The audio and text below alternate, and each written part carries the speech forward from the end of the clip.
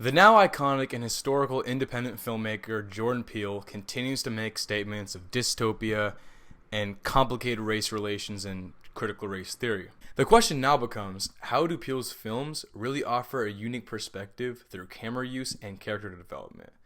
A lot of these films show microaggressions of the African American experience within America. By looking at his four main films, Get Out, Us, Nope, and Black Klansman, how does Peele stray away from banking on special effects and other film techniques to tell a story? A lot of Peele's films leave the audience questioning everything they have already believed. Peele's film Get Out tells the story of an African American man navigating his dark and twisted realities of meeting his girlfriend's parents for the very first time. The interaction starts off as normal and shows what many can relate to within an interracial relationship. However, the story takes many turns as Chris, the main character, comes across plenty of disturbing discoveries and findings. Like I said, Get Out, directed by Jordan Peele, is a very unique horror thriller film that took the entertainment industry by storm following its release.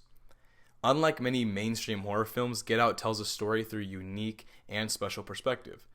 Some horror films rely upon special effects, camera effects, other modifications, but this unique perspective of a film really just surrounds upon the ideas of race and identity. The film begins with creating the setting of Chris meeting his fiancée Rose's parents for the very first time, and Peele has actually spoken about intending to create a scenario that was familiar and just very uncomfortable for the viewer to watch. What happens in the beginning is Rose's parents seem overly approving of Chris, but as time progresses, more and more tension starts to come about. Eventually, Rose's parents start to make some remarks that are a bit insensitive, but the story doesn't really start to unravel until Chris begins to meet other African American individuals within the family's home, and then things start to get kind of odd. They act very weird towards Chris, and eventually one man tells him to get out, like the title of the film.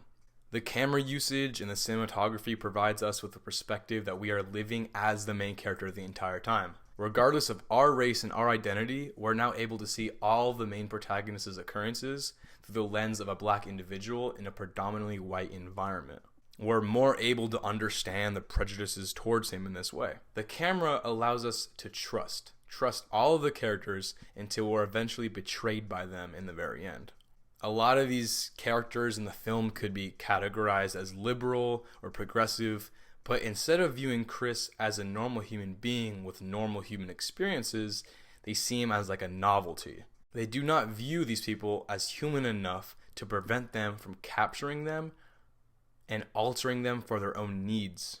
Many other media depictions that we've seen over time that have shown blackness in America are not really through the point of view of the individual. This is a very interesting outlook involving our main character. We see him go through all of the struggles due to his identity, and they allow us to have empathy and in effect create a really compelling character study and narrative.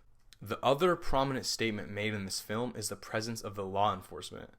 In the very beginning, we're already shown a situation where a police officer has a negative reaction towards Chris, even though the situation at hand had nothing to do with him. A deer hit him on the road on his way to Rose's parents' house. This all comes full circle when the police arrive at the scene after all the mayhem goes down at the house, and meanwhile, Chris is kneeling down, covered in blood over his dying fiancée, and he thinks all of his luck has run out, just to realize that the cop himself is black and is a friend of his.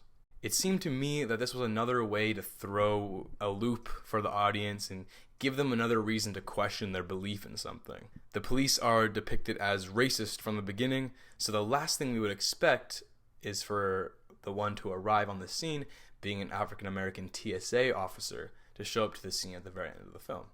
Get Out is truly unique in terms of its character development and camera perspective, and it really allows the viewer to really understand what it would be like to be that marginalized minority character going through the struggles as Chris does, our main protagonist. In addition to Get Out, watching other Jordan Peele films have left me with a similar feeling.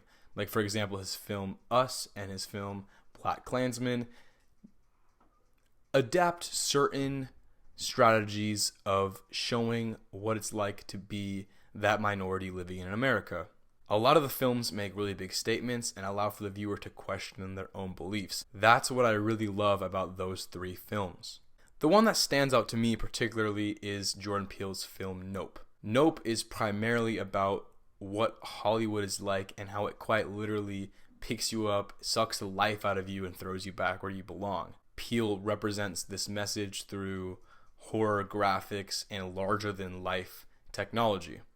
So a bit different than what I was saying with Get Out. However, this is still an independent film in terms of its budget and how it's released.